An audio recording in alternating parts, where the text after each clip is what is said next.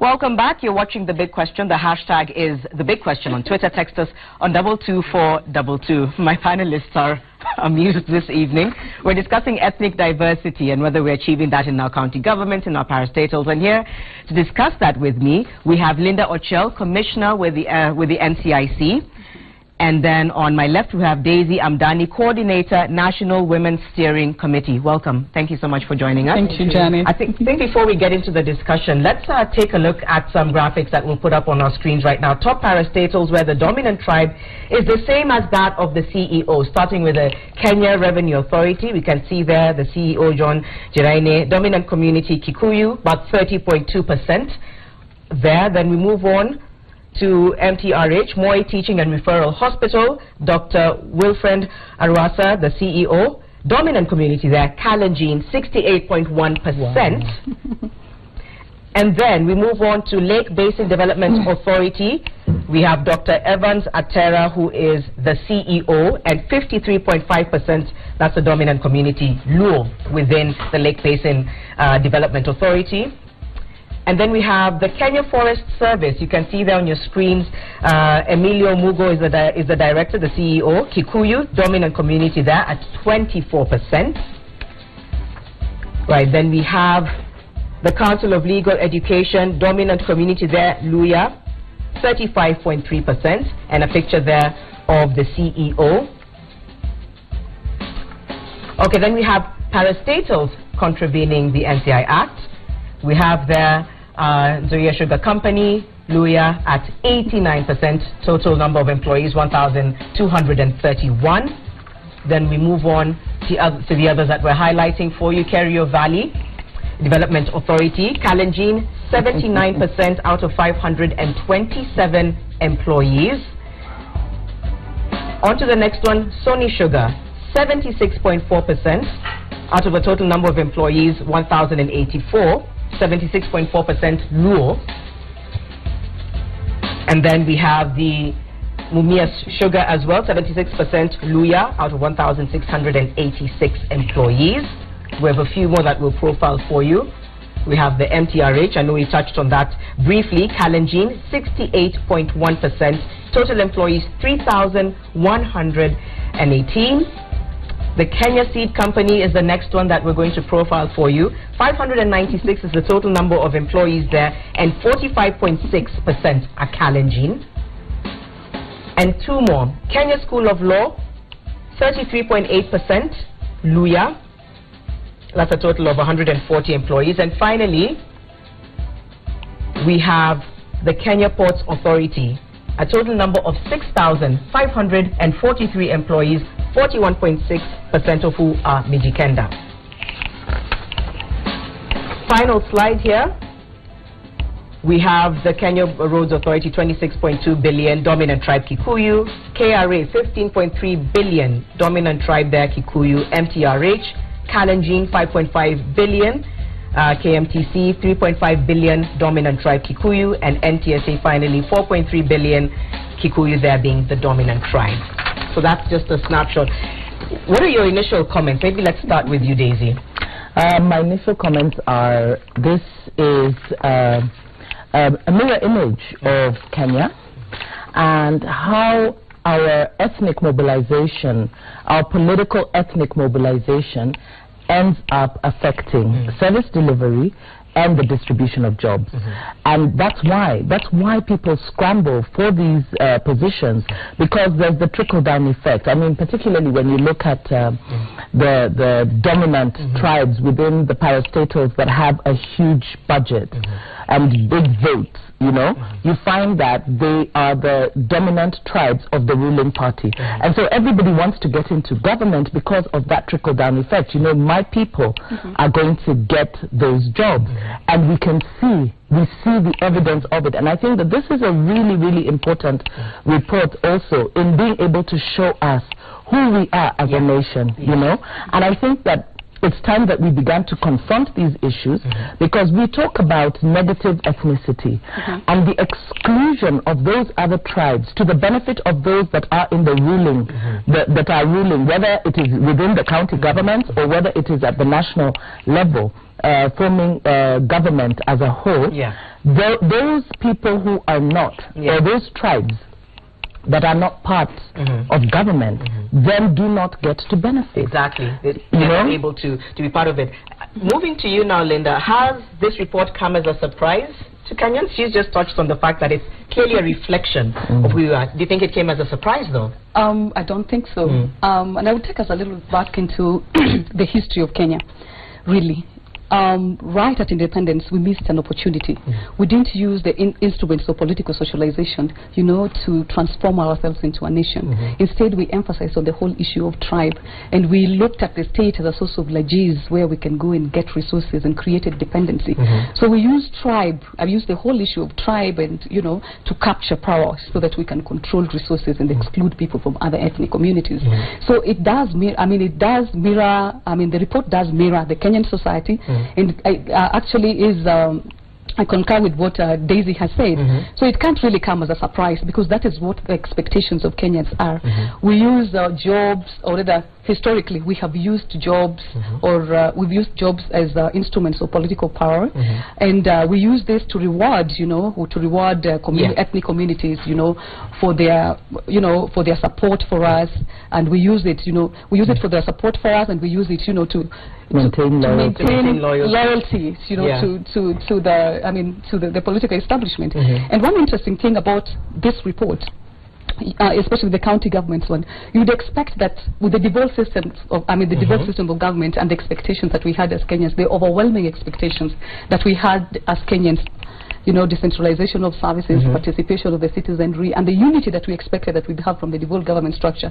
It's interesting that the patronage that characterized the central government has actually been replicated at the county level. At the county level. And power, though is local, is held by a few, is in the hands of a few, but though political devolution has deflected, what is happening currently is that exclusion is actually increasing.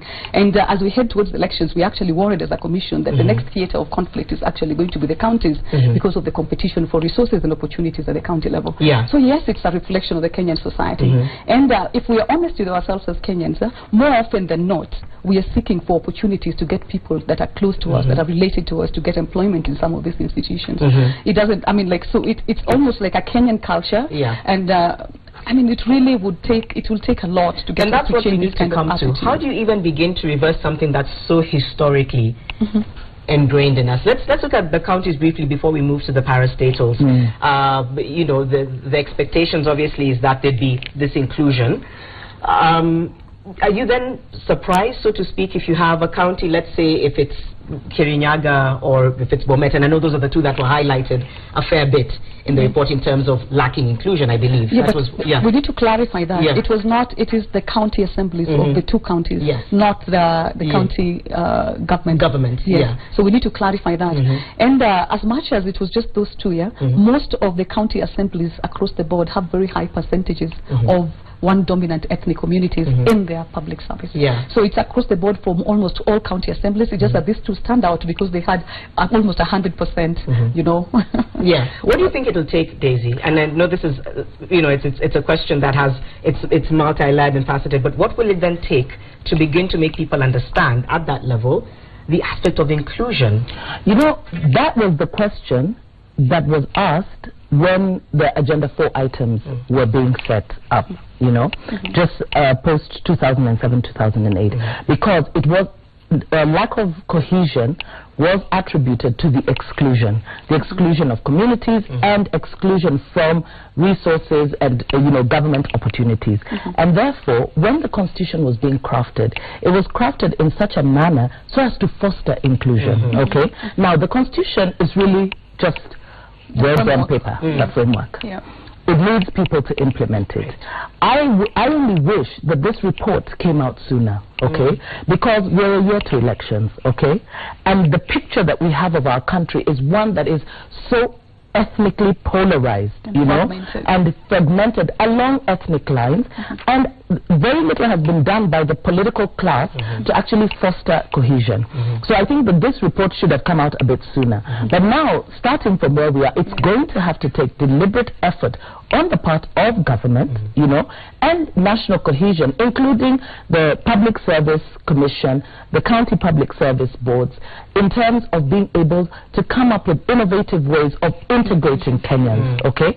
There's going to have to be massive civic education, you know. Kenyans need to understand that Kenya belongs to all of us. The problem here is this: the way we have structured our political mobilization, it is that power belongs to those that are that government opportunities belong to the few that are in government. So the state is not administered for the benefit of Kenyans as a whole, but the state is administered for the benefit of the tribes that make up government and those that have supported government to get into where they are. And this is where we begin to see, when you look at the ethnic mobilization, the political party mergers, you look at them, what was the message? We need to be in government because we cannot continue to be excluded. Why? Those who were merging and they are from areas where definitely the party is not dominant, have been promised that you will get government jobs. We will reward you for your... So this is how we have framed government and governance in Kenya. It is not about issues. It's about how our tribe, it's really basically another version of it's our turn to eat. And so now what we've done, we've devolved that to the counties. Of course, counties, by and large, in some instances, are generally homogeneous. I mean, like when you talk about Kirinyaga, you will find that Kirinyaga, it is the Kirinyagas who stay there, you know. The other counties, because I was looking at the report, counties like Mombasa, they're mainly cosmopolitan, driven by certain economic drivers, tourism, you know, we have the port, and so we also have, you know, there's imported labor, as it were, you know, from other counties. But in those areas where it is homogeneous, it's one tribe, and maybe there's just one source of income. Everybody there is a farmer, you know, so there's no incentive, you know, for other people to come in. And then the mentality of, if this is our region, and that's how it has been framed. You find that even in terms of political campaigns, you find that there are certain areas where certain, you know, political parties will go and they will be told, you cannot come into this area. So for me, you want to add something briefly?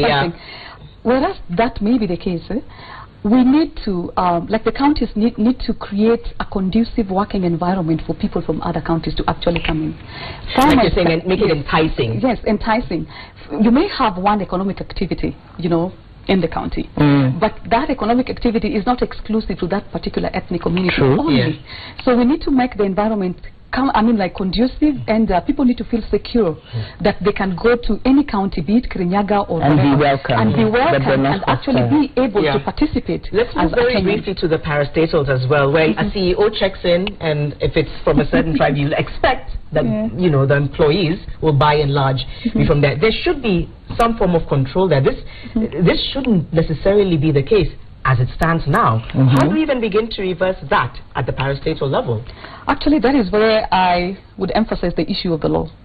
The challenge that we have right now with the County Government Act, the National Cohesion Integration Commission Act, and even the provisions of the Constitution is the fact that we don't have penalties that are deterrent enough. There's no responsibility. Like, we can't hold an individual CEO accountable on the basis of discrimination or on the basis of nepotism and all that. So one of the things that we recommended in this report is actually to have a review of the NCAC Act, so that we can have penalties that are specific to discrimination, because we would like to have an individual to be held accountable for this. This is the only way to address this culture, because it's an individual making decision. This individual actually is probably influenced by the board itself. So the board itself also has to be held to account. And for me, some of these issues, especially when it comes to, you know, ethnicization or politics or politicization of ethnicity, we have to have deterrent measures that we can use to hold people accountable. So for me, that's one of the ways of going about it. The other proposal that we made in the report is the possibilities of actually making the whole issue of inclusion as an indicator in performance contracting, so that we will be holding individual CEOs and boards to account on the issue of inclusion. Then the other way to address this also is the whole issue of resource allocation. We are trying to persuade the Revenue Allocation Commission to ensure that resources will be allocated proportionate to the efforts that have been made by institutions to include members of other communities in their public service. All right. So if we were to limit them in that way, I mean, those three, it would add pressure for them. It would add pressure on them to add, not just pressure, but penalty. I think that's what's crucial here. So they will have a criminal responsibility to it, and then also in terms of resources, we are not going to, as an institution or as Kenyans, encourage institutions to, encourage the national government to fund tribalism. So we would expect that the national government and the Revenue Allocation Commission is going to support the commission to ensure that resources are allocated, according to the efforts that have been made by an institution to include members of the other ethnic communities in public service. All right, I'll take that as your final comment, your closing comments, and how far you agree with her, very briefly as we go. I do agree with her completely, but I really think that the onus is on the national government, absolutely, because a lot of this ethnicization that we see, particularly of parastatals, let us not forget that the parastatals appointing authority is actually the president. So when we begin to see that negative ethnicity, we know that it's actually expected. Those people are put there so that the goodies, there may be that trickle-down effect. Therefore, I do agree that there must be deterrence, but we must also see greater political will towards fostering inclusion. Inclusion in Kenya has to cease just being political platform talk and not action. We have seen, when you look at the composition of cabinet, when you look at the PSAs, when you look at parastatals, ambassadorial appointments, you can actually see the ethnicization of our civil service, and we can see the effects of it. So for me, I think as Kenyans, we also have to take a bigger step, because it's not just about ethnicity. We have Kenyans of Asian origin, we have Europeans, we have people like myself who are multi-ethnic and don't subscribe to any of that. We have people, there's so many different variants of Kenya. So if we're talking about Kenya as a country, we have to be very deliberate about how we go about building cohesion and fostering inclusion. That's all the time we have. But like you say, it's civic education, especially because elections are not too far away. So hopefully it is something we'll enforcement of the law. Linda Ochel, Commissioner, NCIC, of course, Daisy Amdani, Coordinator, National Women's Steering Committee. Thank you both so much for joining us on The Big Question. Stay with us. We'll be right back after the break.